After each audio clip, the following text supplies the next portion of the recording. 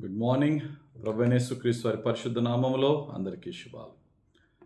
ఈరోజు మన అనుదిన ఆత్మీయ ఆహారంగా కొలస్సీలకు రాసిన పత్రిక 3వ అధ్యాయము 24వ వచనంలో పౌలు భక్తుడు చెప్పిన మాటలను ధ్యానించుకుందాం. మీరేమి చేసినను అది మనుషుల నిమిత్తము కాక ప్రభువు నిమిత్తమని మనస్ఫూర్తిగా చేయుడి. మీరు ప్రభు అయిన క్రీస్తునకు దాసులై ఉన్నారు. అందరము కూడా ఒకే రకమైన పనులు చేయం. కొందరు వ్యాపారాలు చేస్తారు, కొందరు ఉద్యోగాలు చేసుకుంటారు. కొందరు గవర్నమెంట్ ఉద్యోగాలు అయితే మరికొందరు ప్రైవేటు ఉద్యోగస్తులు ఉంటారు. మరికొందరు పరిచర్య చేస్తారు, రకరకాల పనులు చేసుకుంటారు. కానీ ఇక్కడ ప్రభు అందరికీ చెప్తున్న మాట ఏంటంటే, మీరు ఏమి చేసిననో అది ఎవరికి చేసినట్టట? ప్రభు నిమిత్తము మీరు చేయిస్తున్నారని తెలుసుకోండి. మీకు బాస్ ఎవరన్నా ఉండొచ్చు, కానీ మిమ్మల్ని ప్రతి క్షణము మిమ్మల్ని చూస్తున్నది యేసుక్రీస్తు అను యజమానుని క్రింద మీరు పని చేస్తున్నారు అనే సత్యాన్ని మీరు గమనించి పనిచేయండి. ప్రభువుకి మీరు భయపడి పని చేస్తే ఫలానా యజమానుడు నన్ను చూస్తాడా, ఫలానా వాళ్ళు నన్ను పట్టుకుంటారని భయపడవలసిన పని లేదు. ప్రభు నిత్యము చూస్తున్న దేవుడు, ఆయనకి ప్రీతికరంగా మనం పనిచేస్తే మనము నిశ్చింతగా ఉండొచ్చు, సంతోషంగా ఉండొచ్చు, సమాధానంతో ఉండొచ్చు. కాబట్టి నీ యొక్క యజమానుడు నీకు న్యాయం చేసినా అన్యాయం చేసినా, నీకు రావాల్సిన జీతం ఇచ్చినా ఇవ్వకపోయినా నువ్వు కంగారు పడవలసిన పని లేదు. నీవు దేవునికి భయపడి యథార్థంగా పనిచేసినప్పుడు దేవుడు అంటున్నాడు, నీ యజమానుడు నీకు అన్యాయం చేసినా నేనే నీకు జీతాన్ని కొలిచేస్తానంటున్నాడు. నేను నీకు రివార్డ్ ఇస్తాను, నేను నిన్ను ఆశీర్వదిస్తాను. ఎక్కడ? భూలోకంలోనూ పరలోకంలోనూ కూడా. భక్తుడైనటువంటి పౌలు భక్తుడు ఎఫెసీలకు రాసిన పత్రిక 6వ అధ్యాయము 8వ వచనం అంటారు, దాసుడైనను స్వతంత్రుడైనను మీలో ప్రతివాడును ఏ సత్కార్యము చేయునో దాని ఫలము ప్రభువు వలన పొందునని మీరు ఎరుగుదురు. మీరు దాసుడైనా స్వతంత్రుడైనా ఎవరు ఏ పని చేసినా యథార్థంగా మీరు చేసే ప్రతి పనిని, ఏ సత్కార్యము చేసినప్పటికీ దాని వలన ప్రభువే మీకు ప్రతిఫలం ఇచ్చును, ప్రభువు వలన ప్రతిఫలం పొందును. కాబట్టి దేవుడు ఎప్పుడు కూడా మన కష్టానికి తగ్గ ప్రతిఫలం ఇస్తాడు, కష్టానికి మించిన ప్రతిఫలం ఇస్తాడు. కానీ నీతిగా యథార్థంగా కష్టపడిన వారి యొక్క కష్టాన్ని ఎప్పుడు వ్యర్థపరచడు. మన ప్రయాస ఎప్పుడూ ప్రభువునందు వ్యర్థము కాదు. మన నీతి ఎప్పటికీ కూడా వ్యర్థం అవ్వదు.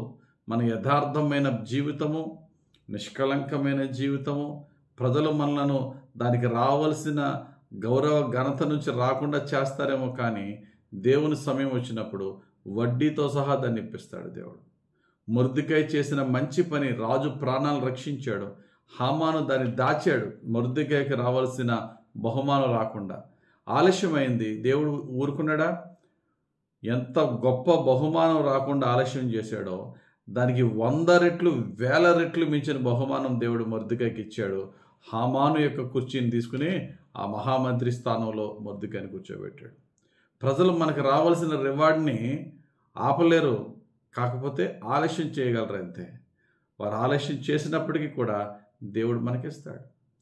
అది భూమి మీద మన బ్రతుకున్నంత కాలంలోనూ, మన మరణము తర్వాత యేసు ప్రభు యొక్క 2వ రాకడలోనూ కూడా ఆ ఫలం మనం పొందుకుంటాం. భూమి మీద బ్రతుకున్నంత కాలము మనం చేసే ప్రతి పనిని బట్టి కూడా భక్తుడైనటువంటి బోయాజు రూతుని ఎలాగా అప్రిషియేట్ చేశాడో, అతని యొక్క మాటలు మనం చూసినప్పుడు రూతు చేసిన క్రియలు ఎవరికి తెలియదులే. రూతు ఎంతో యథార్థంగా జీవించింది, కానీ ఆమె రూతు మోయాబీయురాలు కదా, మోయాబు దేశంలో యథార్థంగా జీవిస్తే ఇక్కడ తిరిగి బెత్లెహేం వచ్చేసి యెరూషలేముకి వచ్చిన తర్వాత ఎవరు పట్టించుకుంటారులే అని అనుకోవచ్చు. కానీ రూతు చేసిన మంచి పనిని బోయాజు తన భర్త చనిపోయిన తర్వాత తన అత్తగారితో తను ఏ విధంగా జీవించిందో ఆ పనిని కొనియాడాడు బోయాజు. దానివలన రూతు గ్రంథం 2వ అధ్యాయం 12వ వచనంలో ఈ మాట ఉంటుంది, యెహోవా నీవు చేసిన దానికి ప్రతిఫలం ఇచ్చును. దేవునికి స్తోత్రం కలుగును గాక. దేవుడు నీ యొక్క మంచి పనిని ప్రతిఫలం ఇవ్వకుండా ఆపడు. ఏ సమయంలో ఎవరి ద్వారా ఎక్కడ ప్రతిఫలం రావాలో అక్కడ వస్తుంది. ఈ లోపల నువ్వు కంగారు పడద్దు. నువ్వు దేవుని రెక్కల చాటుకు వచ్చి ఉన్నావు, నువ్వు భయపడద్దు అని రూతుని ధైర్యపరిచి బలపరిచాడు బోయాజు భక్తుడు. ఎవరిస్తాడట ప్రతిఫలము? యెహోవా నీవు చేసిన దానికి ప్రతిఫలం ఇచ్చును.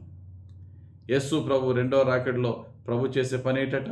ప్రకటన గ్రంథం 22వ అధ్యాయం 12వ వచనంలో, ఇదిగో త్వరగా వచ్చుచున్నాను, వాని క్రియ చెప్పున ప్రతి వానికి ఇచ్చుటకు నేను సిద్ధపరిచిన జీతము నా యొద్ద ఉన్నది. కాబట్టి ప్రియులరా, మనం ఏ ఉద్యోగంలో ఉన్నా, ఏ వ్యాపారంలో ఉన్నా, ఏ పరిచర్యలో ఉన్నా ప్రభువుకి భయపడి ప్రభువుకి ప్రీతికరంగా జీవిస్తే మనకు రావాల్సిన బహుమానము, మనకు రావాల్సిన గౌరవ ఘనతలు లేక జీతము లాభము ఆగొచ్చేమో కానీ ఎవడో పోగొట్టలేడు. ఒకవేళ ఆగింది అంటే దానికి వడ్డీతో సహా దానికి అనేక రెట్లు దేవుడు మనకి తగిన సమయం అందు ఆయన ఇచ్చి మనల్ని హెచ్చిస్తాడు. ఆలస్యం అయ్యే కొలది గౌరవ ఘనతలను ఇంకా హెచ్చిస్తాడు. మన పని ఏంటంటే నీతిని యథార్థతను విడవకుండా ఓర్పు సహనముతో ప్రభువుకి భయపడి, ఎవరో చూస్తున్నారని కాదు, ప్రభువుకే మనము అకౌంటబుల్గా ఉంటూ ముందుకు సాగిపోదాం. దేవుడు తగిన సమయంలో ఆయన ప్రతిఫలముతో మనల్ని తృప్తిపరిచి దీవించునుగాక. ఆమెన్. ప్రేమ నమ్మకమైన తండ్రి, నీకు స్తోత్రాలు. మేము చేసే ప్రతి క్రియకు ప్రతిఫలం ఇచ్చేవాడా, నీకు స్తోత్రాలు.